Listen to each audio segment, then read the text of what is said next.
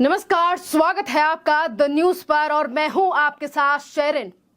फिलिस्तीन और इजराइल के बीच में जारी जंग के बीच अब आया है तालिबान का बयान और कहा है कि अगर अरब के देश करें समर्थन तो हम इजराइल पर फतेह जो है वो करेंगे। पर आपके लिए बता दें कि भारत के डिफेंस एक्सपर्ट और डिप्लोमेट्स की राय जो है वो कुछ हटकर सामने आई है और आप जब डिफेंस एक्सपर्ट्स की राय सुनेंगे तो जान पाएंगे कि आखिरकार किस तरीके से जो युद्ध है वो शुरू हुआ है और आगे क्या करने वाला है इजराइल और कैसे फिरेगा अब तालिबान या फिर फिलिस्तीन की कोशिशों और नापाक साजिशों के ऊपर पानी। जी हां, हमास जो कि एक आतंकवादी संगठन है जिसकी तरफ से इस युद्ध की शुरुआत जो है वो फिर एक बार की गई, जिस तरीके से जो है वो पहले हमला और 20 मिनट में 2000 से ज्यादा मिसाइलें जो हैं वो दागी गई इजराइल पर। और अब नजर डालते हैं कि आखिरकार भारत के जो डिफेंस एक्सपर्ट हैं या डिप्लोमेट्स हैं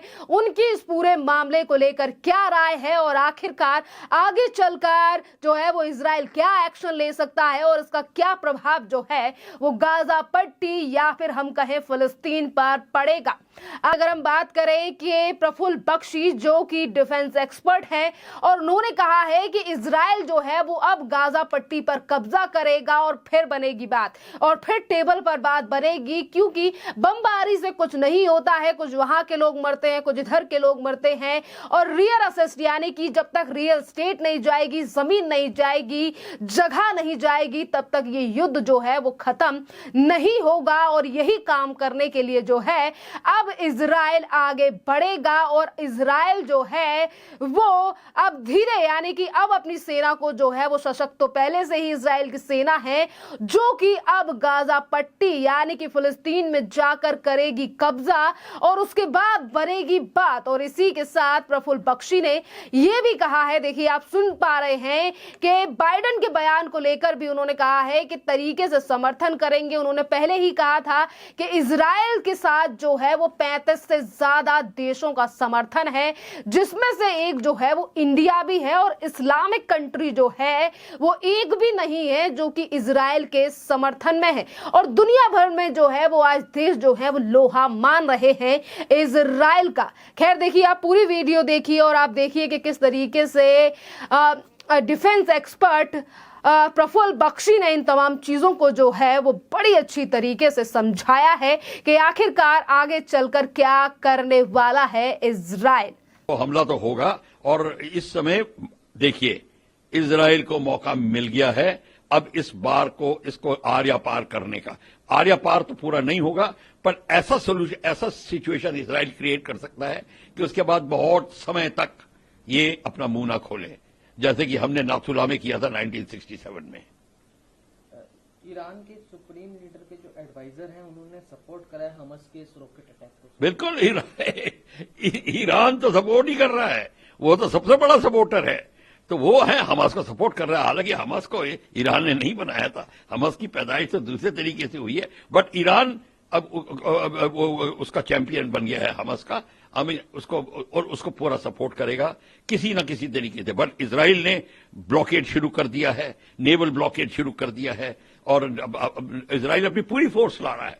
सबसे पहले एयरफोर्स से बॉम्बार्ड करेगा, नेवी से उनके एरिया को रोकेगा और जब एरिया को ऑक्यूपाई करना होगा अपनी आर्मी भेजेगा। तो इस समय इजराइल सीरियस है, ये सीरियस मामला है, ये छुटपुट मामला नहीं है। कि आपने सुना कि किस तरीके से डिफेंस एक्सपर्ट प्रफुल्ल बख्शी ने बताया है कि यूएन जो है वो भी इस पूरे मामले पर शांत है और जहां यूएन को पहुंचना चाहिए वहां वो कभी पहुंचता है और कभी नहीं पहुंचता है, क्योंकि जिस तरीके से हमास आतंकवादी संगठन ने इजराइल के ऊपर हमला किया है और सिविलियन को बंधक बनाया है, ये जो है वो ह्यूमैनिटेरियन लॉ का जो है वो उल्लंघन है और इस बात पर जो है वो यूएन को आवाज उठानी चाहिए।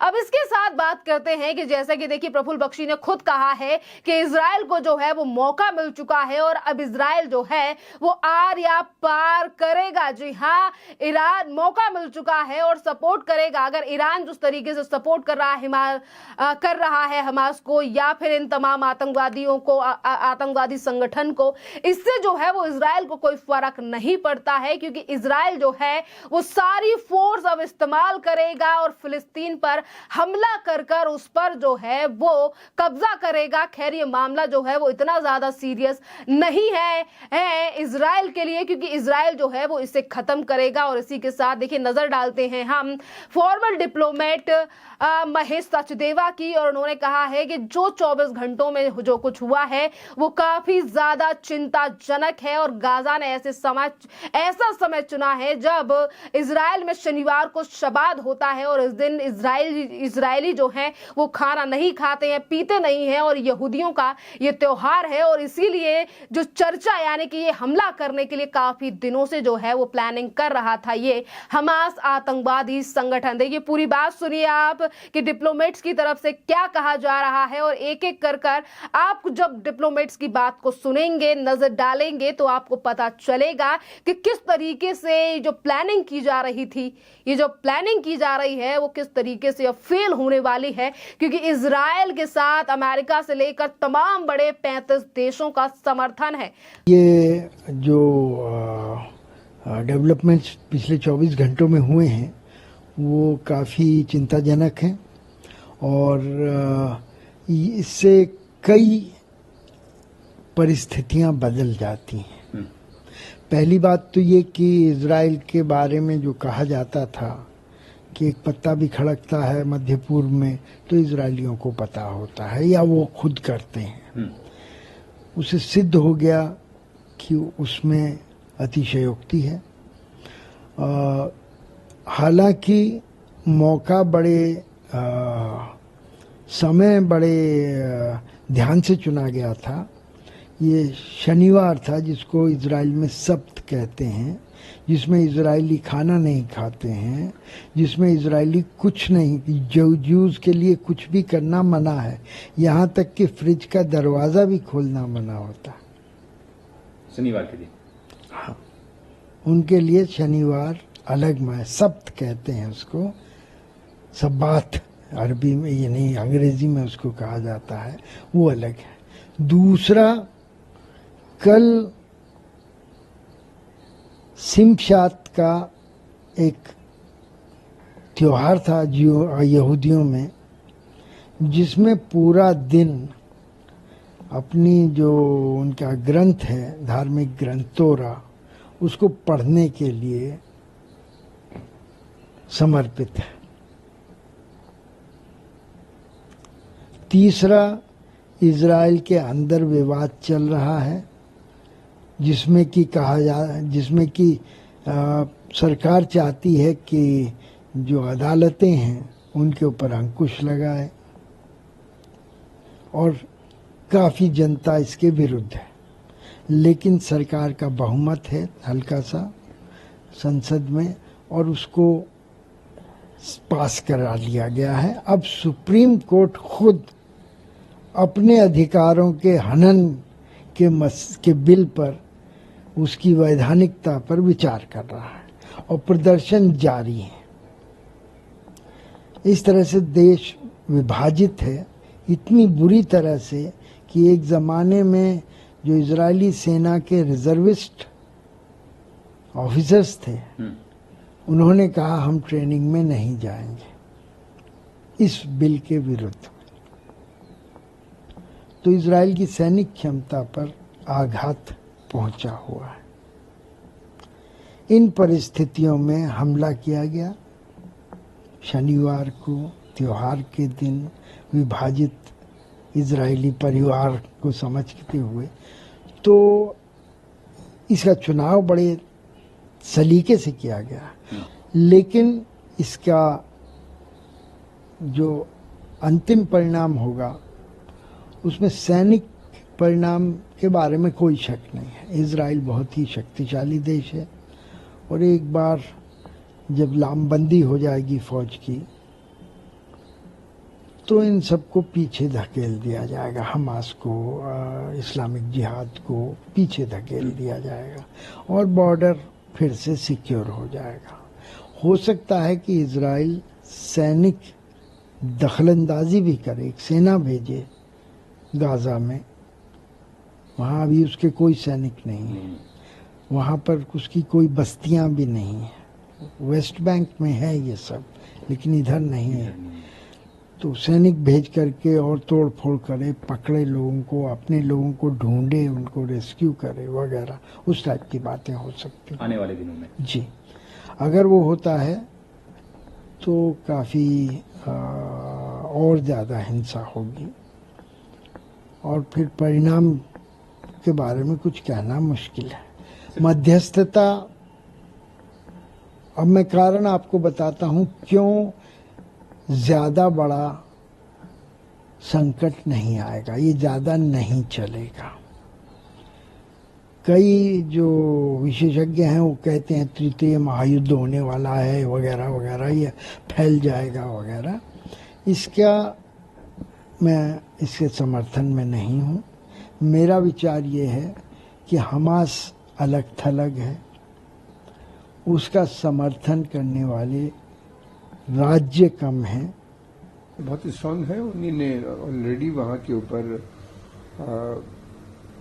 200 से भी ज़्यादा पैलेस्टीनियन मर चुके हैं और उसके अलावा लगातार बॉम्बिंग हो रही है। बहुत सी बिल्डिंगें भी डिमोलिश हो गई और उनका जो ऑपरेशन है उन्हीं ने कहा है वो चलता रहेगा जब तक कि पूरी तरीके से वो हमास को वहाँ से